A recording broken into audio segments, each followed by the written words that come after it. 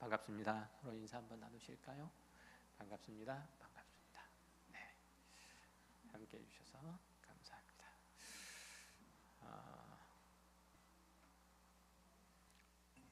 광고 말씀 드리겠는데 우리 12월 첫 번째 주가 2025년 공동의 날입니다. 그날에 할 수만 있으면 안수 집사 권사 후보자를 택해서 그때 저희 교회가 그들을 교회의 일꾼으로 세울 것인지에 대한 투표를 하려고 그러는데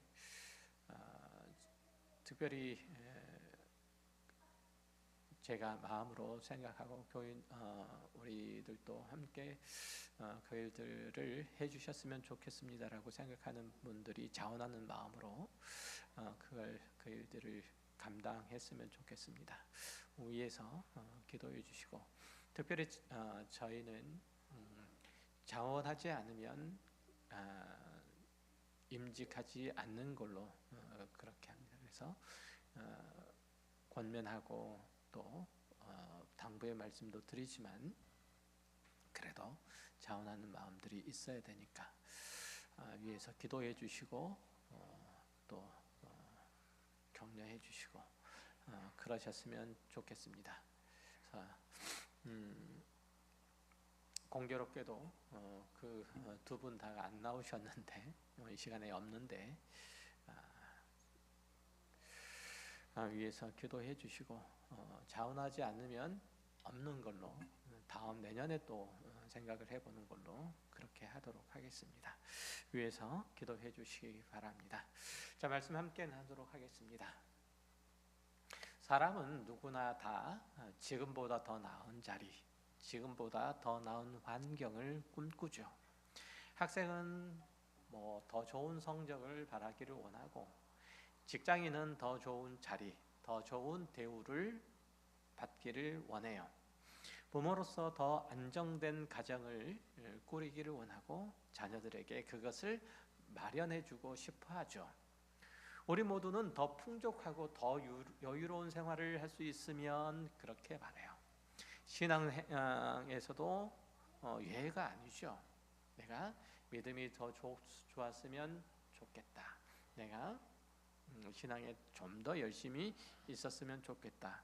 이런 마음들을 가지고 계실 거예요.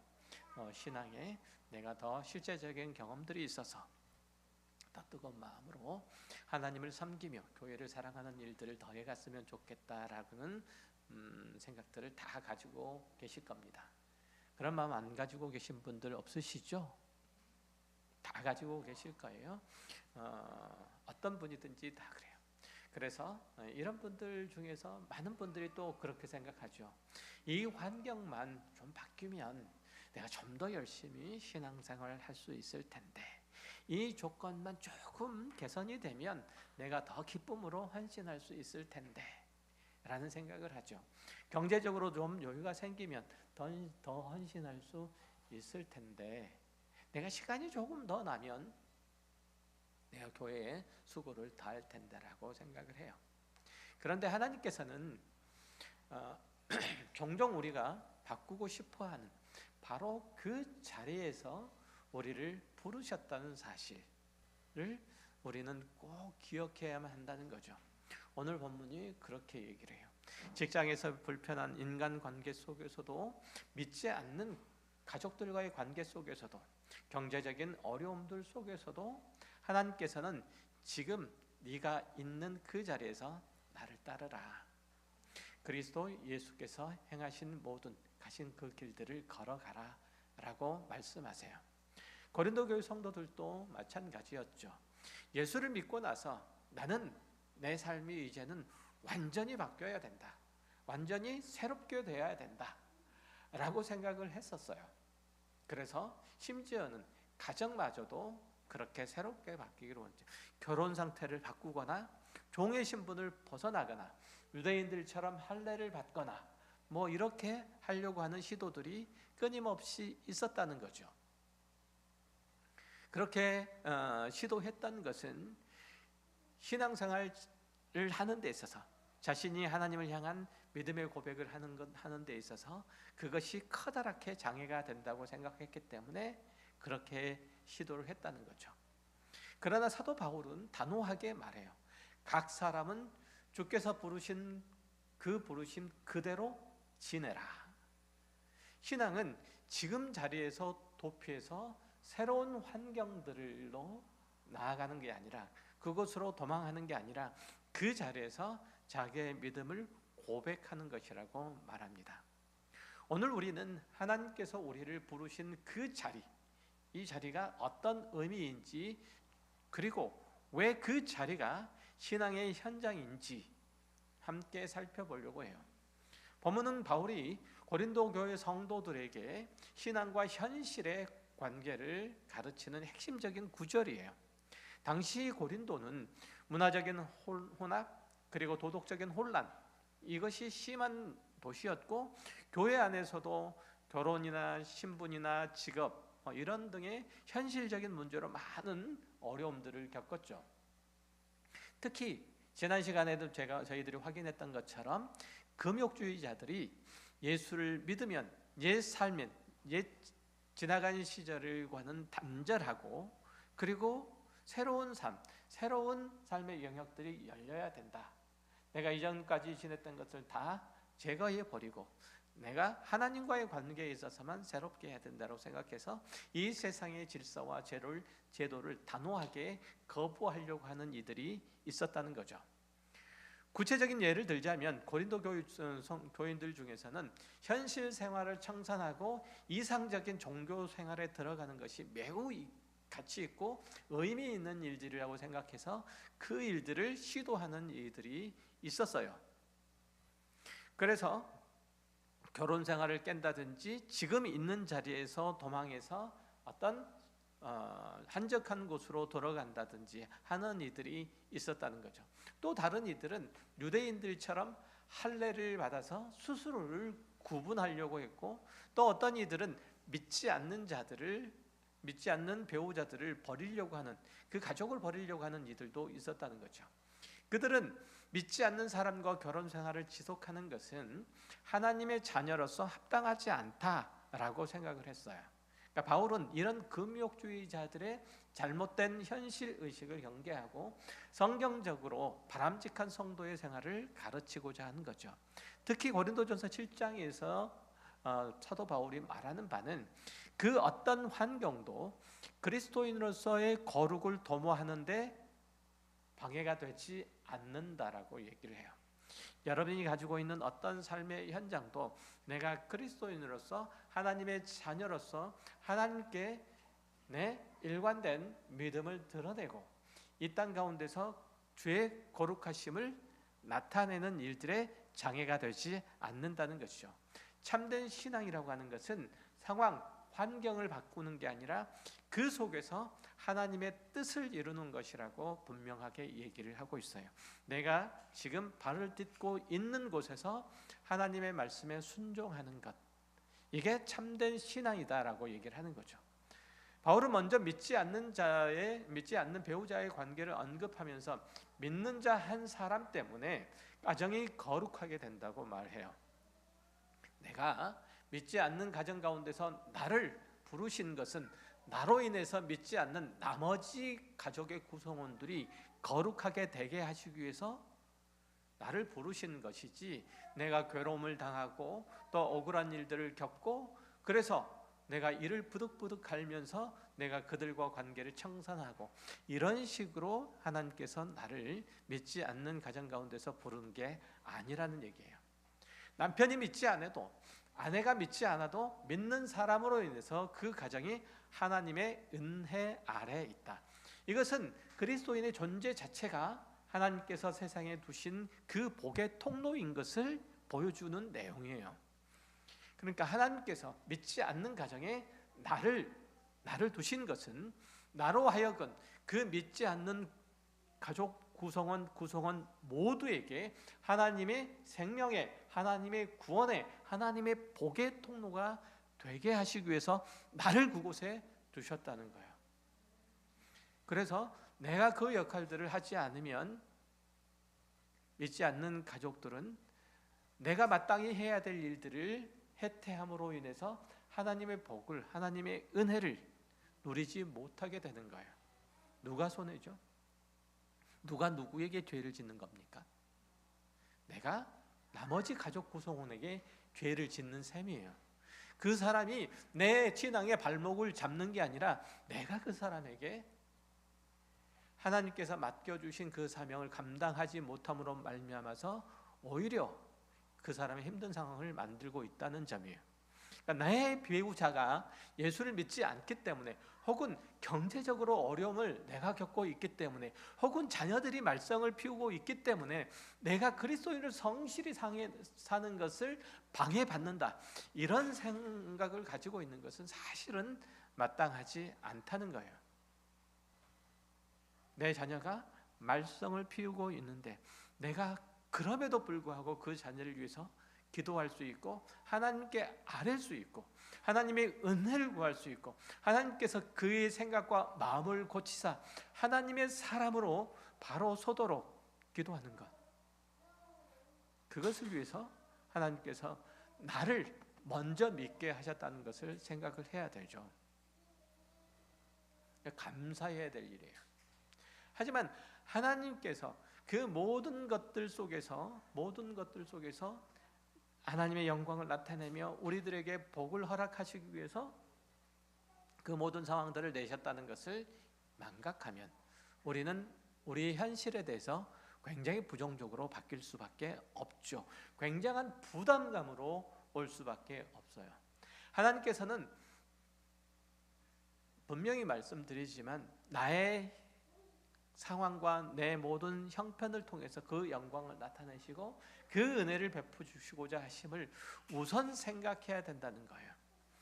배우자에게 끈질긴 섬김과 헌신과 사랑을 베풀므로써 하나님이 어떤 분이신지, 그분을 믿는 것이 얼마나 아름답고 얼마나 복된 것인지 알게 하시고 끝내 그 구원을 이루시고자 원하시는 거예요.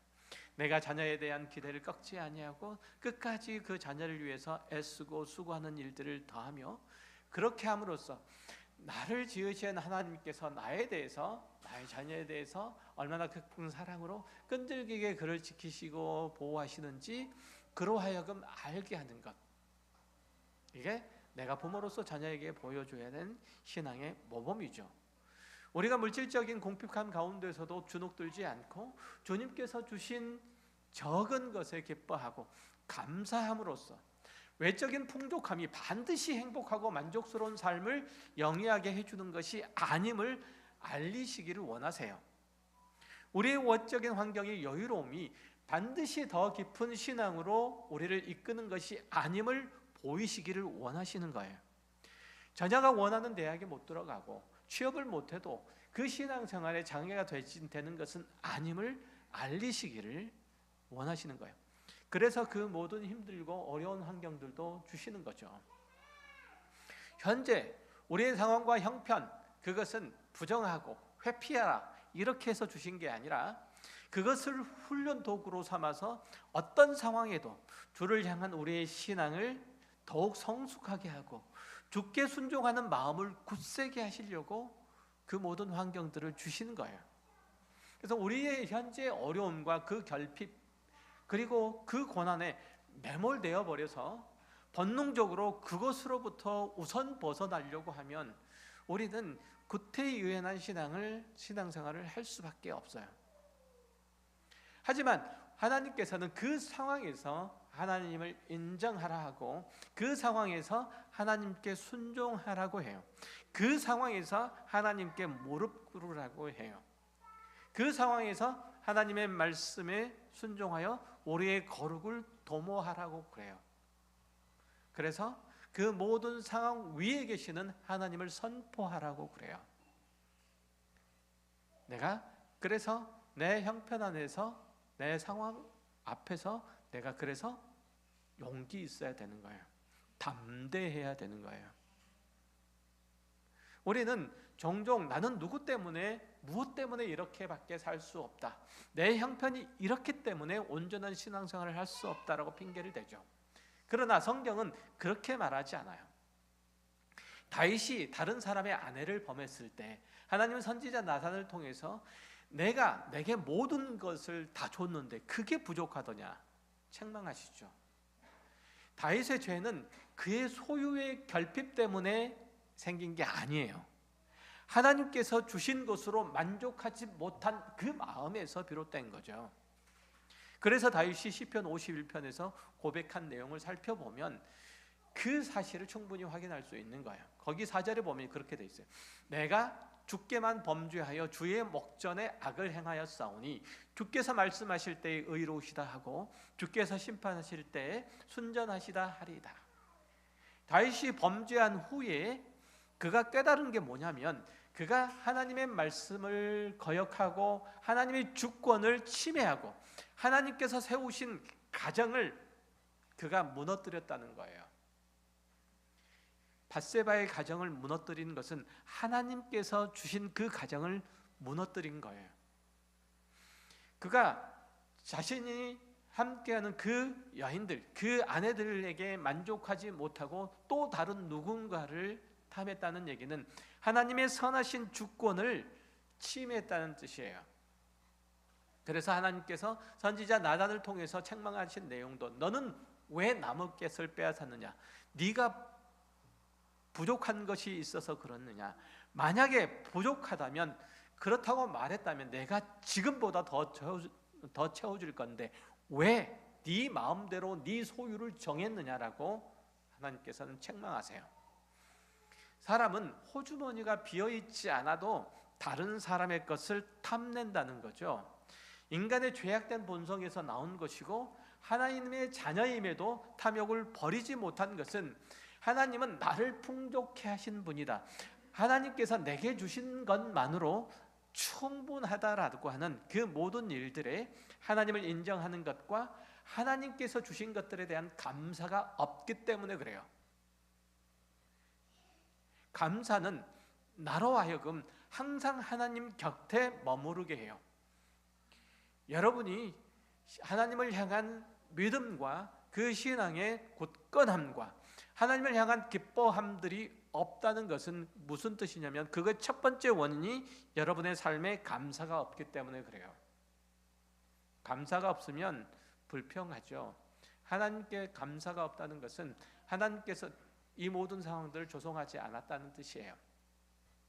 내가 지금 먹고 마시고 누리고 기뻐하고 쉬는 모든 것들이 하나님께서 조성하지 않았다는 뜻이에요. 그러면 이것은 모두 다 내 힘으로 이루어지는 것이 되며 그렇다면 하나님께서 내 삶 가운데 역사하시고 간섭하시는 것들은 아무것도 없다는 뜻이 돼요. 결코 그렇지 않아요. 하나님께서 이 모든 것들을 다 조성하셨어요. 하나님께서 인정하시지 않으면, 하나님께서 주권을 행사하지 않으시면, 하나님께서 생명을 부여하시지 않으시면 여러분의 호흡은 단 한순간도 할 수 없게 돼요. 그만큼 우리는 하나님 앞에 의존되어 있는 자들이에요. 하나님께서 그 자녀들에게 심지어 말씀하시는 바는 너희는 다른 데 가서 내 필요를 얻으려고 하지 말라는 거예요. 십계명에서 나 외에 다른 신을 두지 말라라는 말씀도 하나님께서 배타적인 분이시기 때문이 아니라 그분만으로 충분하기 때문에 그래요. 왜 딴 데 가서 손을 내밀며 아쉬운 소리 하느냐, 이 말씀인 거예요. 하나님은 우리에게 필요한 것을 이미 주셨고 더 주실 수 있는 능력이 있으신 분이세요. 모자라면 구하시면 되잖아요. 안 주시면 내게 있는 게 내게 족한가 보다 라고 생각하시고 감사하시며 물러나면 되잖아요. 그렇죠? 그렇잖아요. 주시면 감사히 받고 안 주시면 내게 있는 게 내게 족한가 보다 하고 그만두시면 돼요. 십계명인 제2계명에 너를 위하여 새긴 우상을 만들지 말고 또 위로 하늘에 있는 것이나 아래로 땅에 있는 것이나 땅 아래 물속에 있는 것에 어떤 형상이든지 만들지 말며 그것들에게 절하지 말며 그것들을 섬기지 말라고 하는 금지 명령도 마찬가지예요. 하나님은 우리에게 있어야 할 모든 것을 다 알고 계시고 충분히 주시는 분이며 다른 누군가에게, 그래서 다른 누군가에게 가서 머리를 조아려서 그를 섬겨야 될 이유가 없다는 뜻이에요. 여러분은 이 세상에서 필요한 어떤 것을 얻으려고 신앙의 손해를 감수하고 양심마저도 저버리고 무언가를 시도할 이유가 없는 사람들이에요. 그러시면 안 돼요. 그러시지 않으셔도 돼요. 괜한 수고예요. 옛날에 필리핀 독재자 마리코스가 그 정권이 붕괴될 때 그 궁전을 한번 보여줬는데 그 아내가 이멜다라는 여자가 구두를 3,000켤레를 가지고 있었잖아요. 평생을 다 신어도 못 신을 그 구두만큼의 구두를 가지고 있었는데 그 헛헛한 마음들이 무엇으로도 채워지지 않으니까 발악한 거예요. 사실 인간의 욕심은 결핍이 아니라 만족의 결여에서 나온 거예요. 목이 탄다고 바닷물을 막 퍼마시면 갈증만 심해질 뿐이잖아요. 구두를 5,000켤레 가져보세요. 구두에 대한 만족이 있는지. 인간이 그 무엇에도 만족하지 못한다는 이 본능적인 결핍 증상은 그가 하나님과 단절되어 있으므로 하나님께서 공급하시는 영적 생명을 얻지 못한 데서 나오는 거예요. 사실은 다 거기서 나온 거예요. 우리는 부모나 배우자나 다른 가족 그리고 생활 환경에 만족을 못하고 많은 경우에 내 기준에 미달된다고 불평하죠.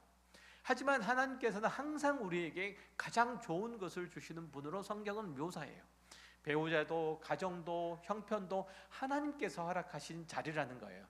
불신자의 배우자라고 할지라도 그 관계 속에서 우리는 하나님의 사람으로 자라가며 성숙하게 하실 수 있기 때문에 불신자의 배우자를 주신 거예요. 남편 월급으로 생활하기 힘드니 내가 우선은 직장을 나가서 아르바이트라도 해서 돈을 벌고 먼저 그렇게 한 다음에 예배 생활을 천천히 해야 되겠다는 말은 결국은 하나님께서 주신 자리에서 부르심을 인정하지 못하는 그 변명일 뿐이에요. 그리스도인으로서 하나님의 주권과 통치와 섭리를 인정한다면 속여서 남의 것들을 빼앗으려고 해서는 안 돼요. 그리고 억지로 남의 것을 취하려고 해서는 안 돼요. 네.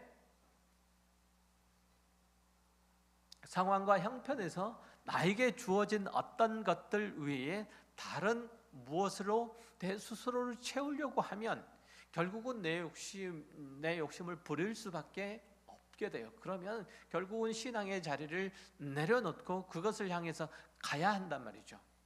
우리는 결국 그 얘기는 결국 하나님을 신뢰하지 못하고 세상에 가서 아부하는 길을 도모하겠다는 얘기에 다름아는 거예요.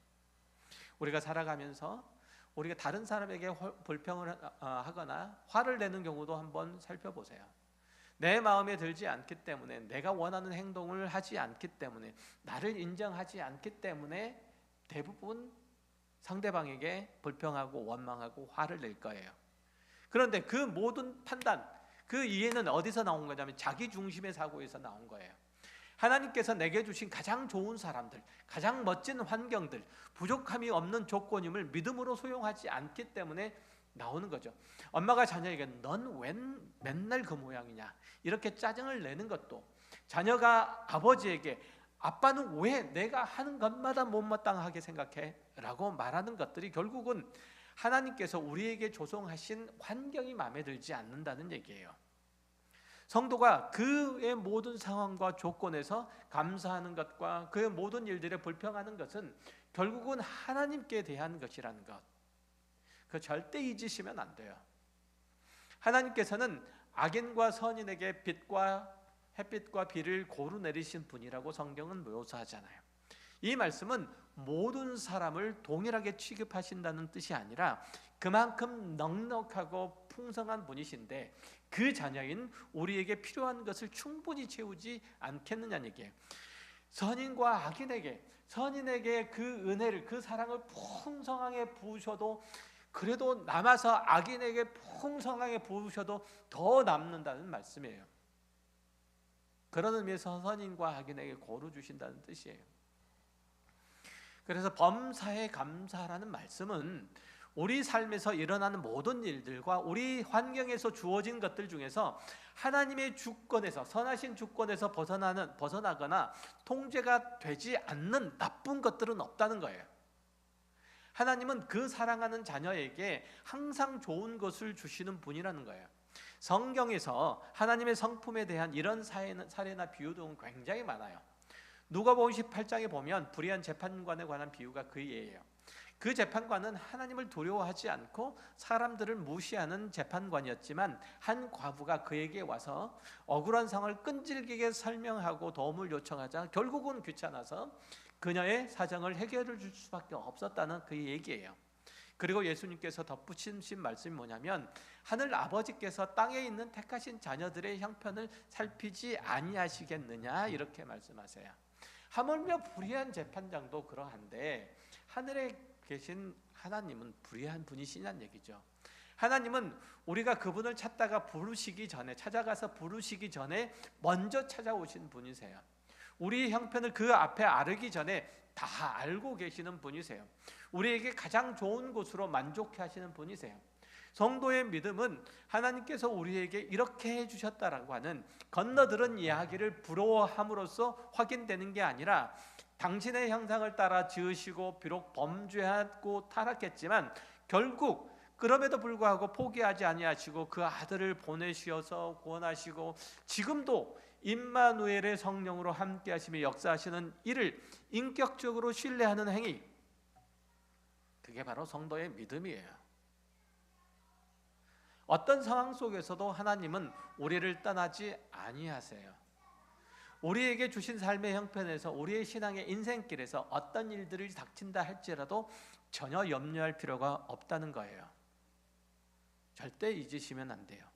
제가 우스갯소리로 그랬죠. 때려보세요. 네 자식 죽지, 내 자식 죽냐. 하나님 앞에서 이런 담대함, 신앙의 담대함들이 필요해요. 우리의 삶의 어떤 문제도 사건도 우리와 하나님 사이를 갈라놓을 게 없어요. 우리 신앙은 항상 이렇게 고백이 돼야 되는 거예요. 그래서 내가 어떤 형편, 어떤 상황에 있다고 할지라도 내 이 형편이, 내 이 상황이 나와 하나님과의 그 사랑의 관계를 끊어놓을 게 없다라는 거예요. 그래서 우리의 성품과 인격이 항상 하나님을 닮으려고 애쓰는 인류에 다른 어떤 것도 우리들에게는 요구되는 것은 없어요. 우리의 형편을 탓하기보다는 그래서 그 자리에서 하나님을 신뢰하고 순종해야 되는 거예요. 부유하면 부유한 대로, 가난하면 가난한 대로 하나님의 영광이 되는 삶을 살아야 되고 하나님께서 주신 것에 만족해야 되는 거예요. 그것이 바로 하나님의 부르심에 합당한 삶이에요. 우리 교회에 몸이 아프신 분들이 참 많아요. 마음이 저도 참 많이 아프고 마음이 짐도 되고 그래요. 그러나 그 아픔에도 불구하고 잘 견디고 이기셔서 주를 향한 믿음을 더해가고 그 속에서 하나님께서 나를 간섭하시고 역사하심을 경험하고 하는 것들이 참 감사한 일들이잖아요. 그럼에도 불구하고 내가 하나님을 향한 믿음과 소망들을 그래도 붙잡고 살아갈 수 있도록 해주시는 하나님의 은혜를 생각하면 사실은 육체의 연약함 정도는 그래도 충분히 감당할 수 있죠. 그렇죠. 그게 이거예요. 우리는 그래서 항상 이 고백을 해야 돼요. 나에게는 선한 무언가가 나올 만한 것이 없다. 오직 하나님께만 의와 생명과 진리가 있다. 내가 하나님 안에서 살 때 비로소 평안함이 있고 기쁨이 있고 채워짐이 있다. 나는 다른 것을 얻는 게 아니라 이 자리를 벗어나면 결국은 죽고 만다. 다른 무언가를 못 얻어서 죽는 게 아니라 내가 하나님과의 관계를 벗어나면 죽고 만다. 이 생각을 항상 마음에 품고 사셔야 돼요. 그리고 내가 남들보다 더 많은 소유와 더 높은 주위에 있으므로 교만하거나 남들보다 더 형편없는 조건과 자리에 있으므로 원망하지 않아야 되는 것. 오히려 그 모든 것에도 불구하고 더욱 충성스러운 마음으로 하나님을 섬기고 너그러운 마음으로 이웃간의 관계를 맺어가야 돼요. 여러분의 소유나 여러분의 형편이나 여러분의 상황 이런 것들보다 하나님과의 여러분과의 그 관계 속에서 하나님을 향한 믿음이 더해가고 하나님을 향한 사랑이 더욱 풍성해지고 하나님께서 내 삶 가운데 간섭하시고 역사하시는 것들이 절절히 느껴지고 이러한 상태가 나에게 훨씬 더 복되고 나에게 훨씬 더 영광되고 나에게 훨씬 더 안심이 된다. 이런 마음으로 나와 내 신앙과 주변을 살펴보면 우리는 감사할 수밖에 없어요. 여러분의 주어진 현실 상황들만 보면 불평거리가 많죠. 하지만 그 모든 상황 속에서 나로 하여금 하나님께 기도하게 하고 하나님의 은혜를 바라게 하고 하나님 곁에 붙어있게 만드는 게 나에게 복이다라고 생각하면 여러분이 손해볼 게 아무것도 없어요. 그런 마음이어야 돼요. 하나님께서 우리에게 주신 모든 것들은 은사이고 그리고 동시에 사명을 받들기 위한 도구예요. 각자의 자리에서 성실히 그 길들을 걸어가는 것이 하나님의 부르심에 대한 충성이에요. 하나님은 우리의 신분이나 우리의 환경보다 그 자리에서 얼마만큼 충성했는지, 하나님께 대하여 일양 믿으신 하나님께 대하여 일관된 마음을 품고 있었는지, 순종을 다했는지, 충성을 다했는지, 믿음을 발현했는지, 이걸 물어보세요. 이걸 물어보세요. 우리가 그리스도의 피로 산 자로서 하나님께서 주신 그 자리에서 신실히 살아가고 마음을 다해서 그리스도를 섬기다가 주님 앞에서 잘했다, 착하고 충성된 종아, 이런 칭찬을 듣는 이들이 있으셨으면 좋겠어요. 우리 모두가 되었으면 좋겠어요. 우리 그리스도인은 누구나 값으로 산 자예요. 우리 신분은 세상의 조건이 아니라 그리스도의 피로 정해진 거란 얘기예요. 여러분의 조건이 그래요. 여러분의 신분이 예수 그리스도의 피로 정해진 거예요. 이 세상 조건으로 주어진 게 아니고 이 세상 환경으로 주어진 게 아니라 그리스도의 피가 여러분의 신분을 정한 거예요. 그러므로 그리스도인은 종이 되고 자유인이 될 수도 있지만, 오늘 본문에서 얘기하는 것처럼 종이 되고 자유인도 될 수 있지만 본질적으로 모두 하나님의 부르심 속에 있어요. 그리스도인은 높은 자리에 차지할 수도 있고 낮은 자리에 차지할 수도 있지만 세상에서는 그럼에도 불구하고 모두 다 본질적으로 하나님의 부르심 안에 그리스도의 피로 부름을 받은 존재라는 사실을 기억하시기 바라요.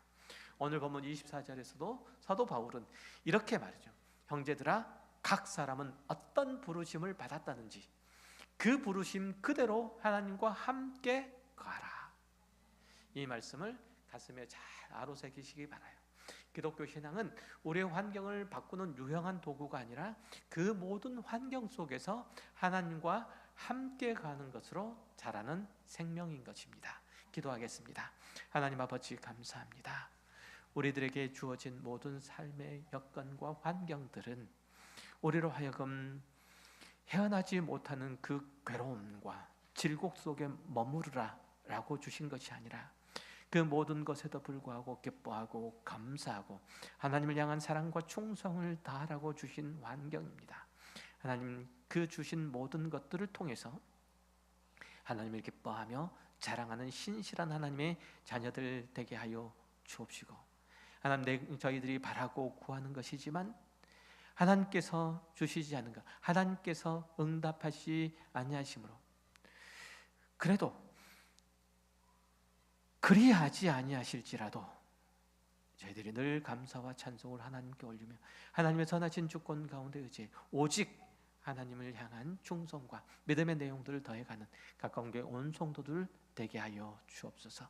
귀한 말씀을 통해서 우리의 존재의 가치와 의미가 또 우리의 있어야 될 자리가 어디인지 알려주심을 감사드립니다. 예수 그리스도의 이름으로 기도했습니다. 아멘.